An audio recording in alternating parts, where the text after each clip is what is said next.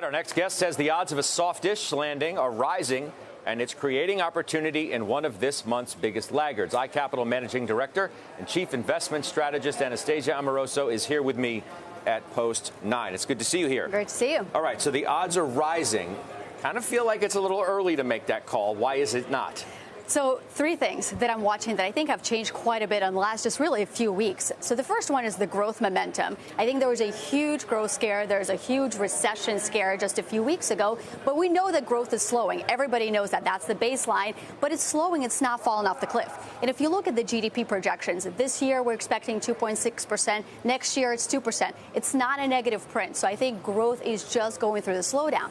The second thing is inflation. And Scott, I have not been ready to say this while a lot of people have been calling for the peak of inflation, but I think now we have more and more evidence that inflation might actually be peaking. I mean, you look at used car prices, for example, you look at the indications of small businesses and what they're doing with their future price increases. They're not actually saying they're going to continue to raise prices. They're not saying they're going to continue to raise wages at the same time as they were before. So more and more there's signs building that inflation may in fact be peaking, and I think we'll see that core number come in a little bit below. Well, that's the thing. It's a gutsy gutsy call to make it today, a few days ahead of the print, right? Yeah. Maybe sit back, see what actually happens with CPI, and then we can at least have a little better read. I mean, I thought it was interesting when both of the Fed speakers who were on the network, as I referenced earlier, Brainerd and Mester, when asked specifically about that, they were not ready to say that inflation was peaking. Both were said, we need a more consistent, and consistency was the word of the day for both on those reads to actually tell that story.